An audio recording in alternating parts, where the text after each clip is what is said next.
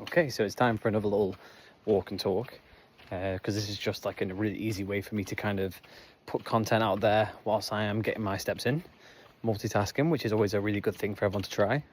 And the English weather at the moment is pretty fantastic, I'm not gonna lie. It's a really nice temperature at the moment for going out for a walk. It's not too hot, but yes, you can kind of chill in a tank and get some rays.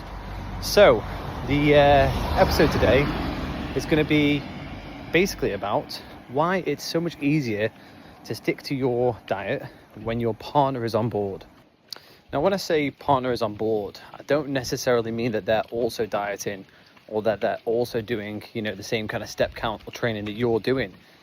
It's just the idea that they are on board with your goals and the targets that you've set for yourself, and they're not trying to counter that by making suggestions that are going to harm your progress.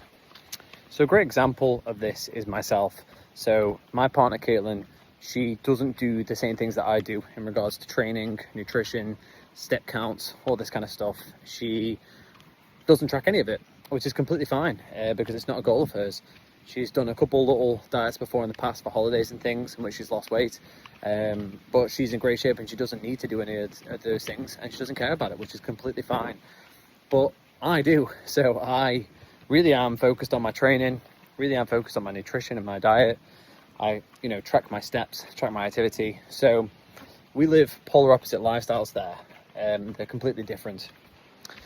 So what you would probably be thinking in that situation is there's no compatibility there. You guys must really struggle. And the answer is no, we don't. And it's because of her. It's not necessarily because of me. It's because of the way that she has adapted to me, and she supports my goals, and she knows that the targets and goals I've set for myself are important to me, and therefore she doesn't try to counter that by making me feel bad about getting steps in, making me feel guilty about not having meals with her. I do try to eat with her where possible, but it's normally two very different meals.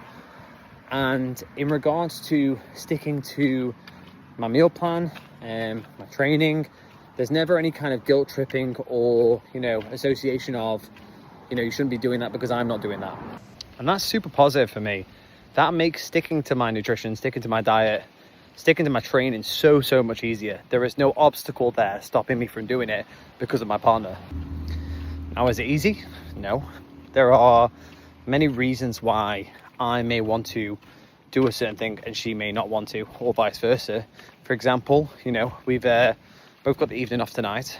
It's very easy to say, let's go on a date, let's do a date night kind of thing. But the issue with that is most date nights and most social events that you do with your partner are going to involve some form of food or alcohol. So what do you do? What's the way around that?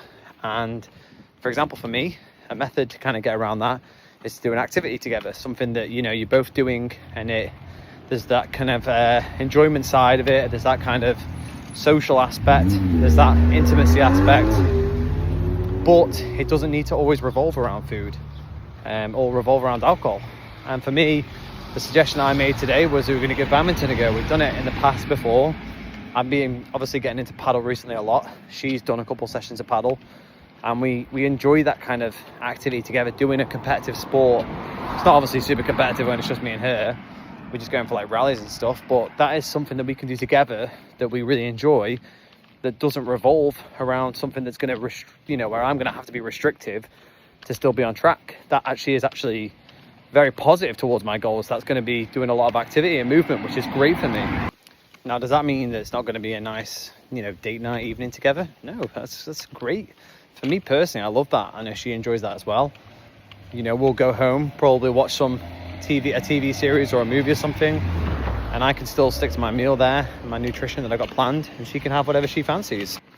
And that just makes it so much easier to stay on track, because let's say, for example, you've got a partner who makes you feel guilty about, the fact that you're not going off plan for the date night. So let's say, for example, you want to go out to a meal or a restaurant, and you look up the menu beforehand to have a look at the calories, so you can preemptively track what you're going to be having for that day, for that evening, for the meal.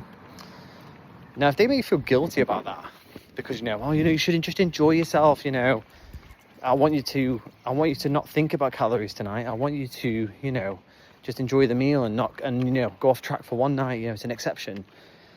I can understand that, but at the same time, there's always exceptions and there's always reasons to go off plan. And if you consistently use that as an excuse, or they use that as an excuse to make you feel guilty about it, you're always going to be off plan. You're never going to stick to your goals, and you're never going to be on track, and therefore you're never going to progress. So realistically, if you want to be consistent, you have to do these things. And it's hard enough to put yourself through that anyway, because you're going to be wanting the naughty food, you're going to be wanting the burgers and the pizzas and all that kind of stuff. To make that even tougher is for your partner to then put pressure on you to also do that.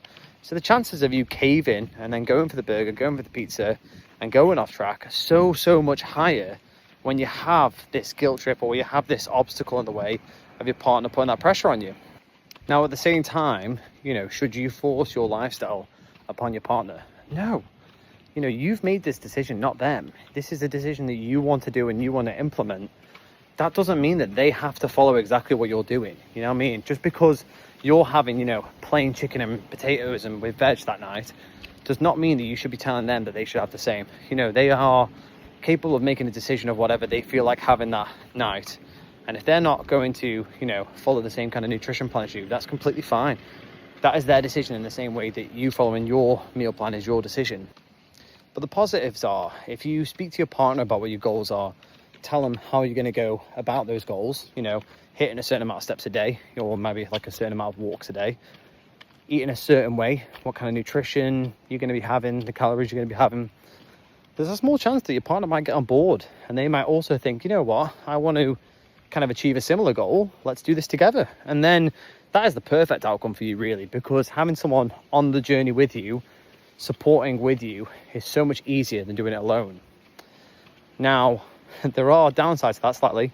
The fact that if you're both dieting, you're both going to be hungry, it can be really tempting to say to the other one, should you have a takeaway tonight? Do you know what I mean? And then it all downfalls very quickly from that situation. But realistically, if you're both working towards similar goals, it makes hitting that goal a lot easier, because you haven't got that obstacle in the way, that barrier saying, why don't we have some food tonight? Why don't we have pizza tonight? When realistically, if you're in a situation where willpower is going to be low anyway because you're hungry, the chance of you caving in that situation is very high. So what I'm trying to say, and the kind of point I'm trying to get to here, is make sure your partner is on board with your goals. Now, that doesn't mean they're doing the same thing as you, and that doesn't mean they're working towards the same goals, but you just support each other in that process, and it makes the journey a lot easier. And another thing is, if your partner is on board with the journey, they can kind of make that process of telling other people why you're doing a certain thing easier as well. So say you go to your partner's family's house for like some food, like a buffet or something, and you take meal prep, it can be, you can come under quite severe criticism for doing that, and, a lot of judgment as well. But, if you've got your partner there who's maybe preemptively explained to the family members, or, is with you in the process of explaining why you're doing that and the goals you're working towards, it makes it so much easier. Do you know what I mean? And you don't feel as guilty, you don't feel as ridiculous about prepping and about sticking to the meal plan that you've set for yourself, or the fact that you need to go out and do a little bit of later walking in the evening just to get your steps in. And at the end of the day, the reason why people fail on their journey and fail at dieting and fail at the hitting the training, hitting the steps, is that they put these barriers in place, reasons as to why they can't do it. I'm too busy this week, my partner doesn't support me, and she makes me feel bad about when I get home that I have to go out and do my steps. Sorting this might help with some of the solutions to that, but it's not the complete answer, but it's just a part of it. Realistically, at the end of the day, if you can remove these barriers, these excuses and reasons why you can't stick to your training and nutrition, that's going to be when you achieve your goals. So, well, food for thought there on this walk and talk sort of episode. Let me know if this has kind of been useful. Potentially something you could show to your partner to kind of show them, that you're not trying to force them on the journey, but you're just trying to kind of actively get their support in the journey. So it means that you can achieve, the body you want quicker. And the irony is, the quicker you get to your physique goal, the sooner you can go to a bit more of a maintenance lifestyle, which does allow you to have, meals out and drinks and things like that. And therefore you can kind of return to that kind of previous state of, social events and, date nights and things like that, where you are both having a bit more of an enjoyable time and you're both getting a little bit more out of it.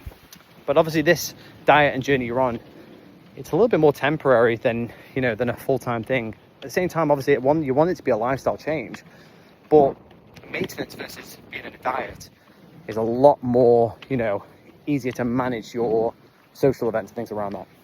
So yeah, anyway, potentially this is something you could show to your partner to help get them on board with the process of the journey you're on. I hope it helps, and drop me a comment if you found it interesting, or, you know, any advice has kind of triggered a thought that you might say, oh, I'm actually going to go away and, you know, speak to them about this. Anyway, I'll see you later.